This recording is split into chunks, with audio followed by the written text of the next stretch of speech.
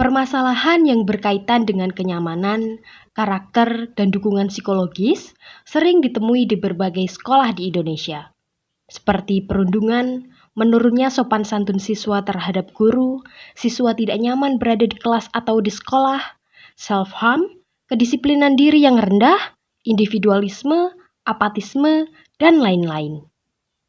Mewujudkan sekolah yang nyaman dibutuhkan upaya dari seluruh pihak, mulai dari birokrasi yang atas hingga yang paling bawah. Salah satu paradigma dari Merdeka Belajar adalah menciptakan lingkungan yang nyaman, bahagia, damai, kondusif agar siswa dapat bahagia dalam belajar. Kebahagiaan peserta didik dimulai dari ketika ia merasa nyaman berada di kelasnya. Ketika dia sudah nyaman di kelasnya, selanjutnya dia akan memiliki semangat untuk berangkat ke sekolah. Saya, Yolanda Praptiwi, mengangkat tema Ciptakan Lingkungan Kelas Membahagiakan melalui kesepakatan kelas berasaskan demokrasi untuk mendorong implementasi Merdeka Belajar melalui P5. Dalam prosesnya, kesepakatan ini dari, oleh, dan untuk para peserta didik sendiri. Setiap suara akan dihargai dan difasilitasi oleh wali kelas atau guru pendamping di kelasnya. Peran saya dalam kegiatan ini ada 3. 1. Sebagai wali kelas 7G. 2. Anggota tim P5 kelas 7. 3. Guru BK kelas 7. Dalam pelaksanaannya terdapat beberapa tantangan dalam mencapai tujuan praktik kami. Di antaranya, 1. Proses perbaikan dan pembangunan sekolah sehingga keterbatasan ruang dan waktu dalam pelaksanaan P5. 2.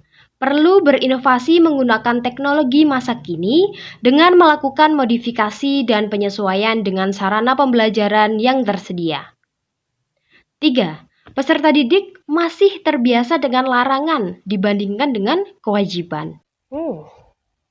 Lalu bagaimana sih cara kita mengatasi semua tantangan itu? Dan bagaimana prosedur pelaksanaan P5-nya? Mari kita simak.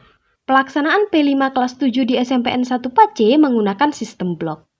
Selama 2 minggu, proses kegiatan pada tanggal 23 September sampai dengan 5 Oktober.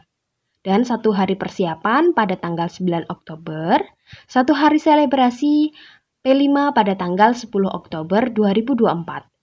Hal ini dipilih menyesuaikan dengan keadaan sekolah yang sedang masa perbaikan atau pembangunan. Kemudian, guru berinovasi memaksimalkan pemanfaatan handphone semaksimal mungkin untuk proses pembelajaran atau P5. Di antaranya dengan penggunaan AI, Quizzes, online spinner, Google, scan barcode, Google Form, Microsoft Office, WhatsApp, dan lain-lain. Hari pertama, peserta didik mendapatkan sosialisasi mengenai proyek belajar Pancasila dan suara demokrasi. Kegiatan ini dilakukan dengan metode discovery learning.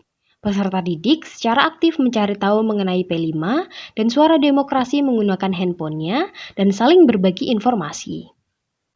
Lalu, peserta didik diajak untuk membuat kelompok berdasarkan minat mereka sendiri, namun tetap dalam pendampingan guru. Hari kedua, peserta didik belajar mengenai kesepakatan kelas. Mereka menuliskan pemahaman mengenai kesepakatan kelas dan mengingat-ingat kembali kesepakatan yang pernah mereka buat dalam kehidupannya. Hari ketiga, peserta didik menggambarkan kelas impiannya.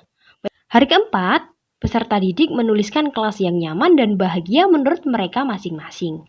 Dan menuliskan juga kelas yang tidak nyaman itu seperti apa.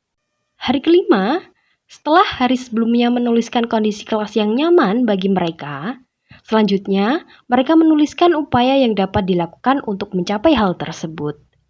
Hari keenam, peserta didik belajar mengenai perbedaan hak, kewajiban, larangan, dan sanksi. Hal ini bertujuan agar mereka nanti mampu menyusun kesepakatan kelas dengan bahasa positif dan menggunakan konsekuensi bukannya sanksi. Mereka juga mengelompokkan kalimat-kalimat mana yang termasuk hak, kewajiban, larangan, dan sanksi, sehingga meningkatkan kemampuan menganalisis dan mengidentifikasi. Hari ketujuh, peserta didik secara berkelompok menyusun kesepakatan kelas yang mereka inginkan, menggunakan kalimat yang positif dan menentukan konsekuensinya. Pada proses ini, guru perlu mendampingi secara penuh dan melakukan evaluasi refleksi dengan peserta didik agar dapat memperbaiki kalimat-kalimat yang negatif menjadi positif. Hari ke-8, setiap kelompok bergantian memaparkan hasil penyusunan kesepakatan dan konsekuensinya. Kemudian saling melakukan tanya jawab dan saling memberikan masukan. Hari ke-9, setiap kelompok bekerja sama menuangkan kesepakatan dan konsekuensi yang disusun dalam kertas manila dan menghiasnya sekreatif mungkin. Hari ke-10, setiap kelompok maju untuk mempresentasikan hasil karya kelompoknya dan mendapatkan penilaian dari guru atas karya yang telah mereka buat. Kemudian, seluruh kelompok atau satu kelas berdiskusi terkait kesepakatan dan konsekuensi mana saja yang akan dimaksudkan dalam karya kelas. Hari ke-11, seluruh anggota kelas membuat karya poster pada kertas manila dan menghiasnya sekreatif mungkin. Hari ke-12, seluruh anggota kelas melanjutkan proses pembuatan karya poster kesepakatan kelas dan musyawarah bersama menentukan 4-5 orang yang akan mewakili kelas untuk presentasi pada saat selebrasi P5 nanti. Pada hari persiapan, perwakilan kelas melakukan latihan dan mencoba tampil di depan kelas, kemudian melakukan evaluasi dan refleksi bersama. Pada hari selebrasi, kegiatan dilakukan di ruang guru yang berisi setiap kelas mempresentasikan hasil karyanya. Dalam proses ini, peserta didik tampil dengan penuh semangat, percaya diri, dan kompetitif. Lalu, apakah program ini berhasil ya? Apa aja sih kendala yang dialami ketika melaksanakan program ini? Apakah cukup berdampak? Apakah cukup efektif? Dan tindak lanjutnya seperti apa? Nah, kita akan simak dan bahas selanjutnya. Seluruh elemen sekolah terlibat dalam keberhasilan proyek ini. Evaluasi dan refleksi proses dilaksanakan dengan cara mengajak kelas melakukan refleksi seluruh kegiatan P5 yang sudah dilalui. Kegiatan ini dilakukan secara kekeluargaan sambil menikmati buah sehat bersama-sama.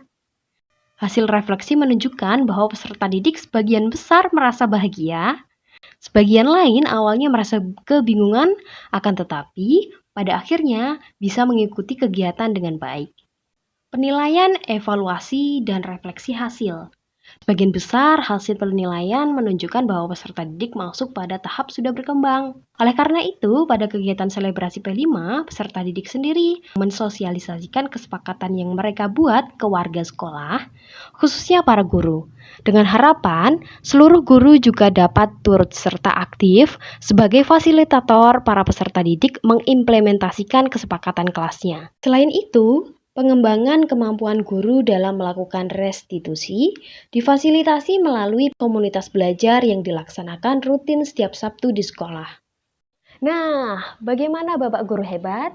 Meskipun kesepakatan kelas ini terdengar sebagai hal yang sederhana, tetapi ternyata merupakan hal penting dan pondasi utama untuk mewujudkan kelas dan sekolah yang membahagiakan, bukan?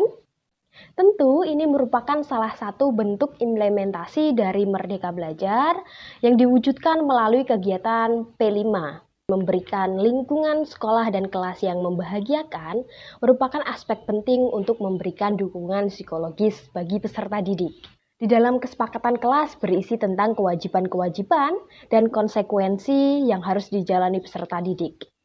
Hal ini akan menumbuhkan karakter yang baik dan mulia, mulai dari membuat, melaksanakan, dan mengevaluasinya bersama. Dengan terciptanya dukungan psikologis serta pembentukan karakter yang baik, maka akan mewujudkan school well-being yang dicita-citakan oleh Merdeka Belajar selama ini. Semoga sharing praktik baik yang saya sampaikan dapat bermanfaat ya. Motonya, satu Bapak Ibu Guru, terus belajar, terus berkembang, semangat, dan salam bahagia. BK, sahabat siswa.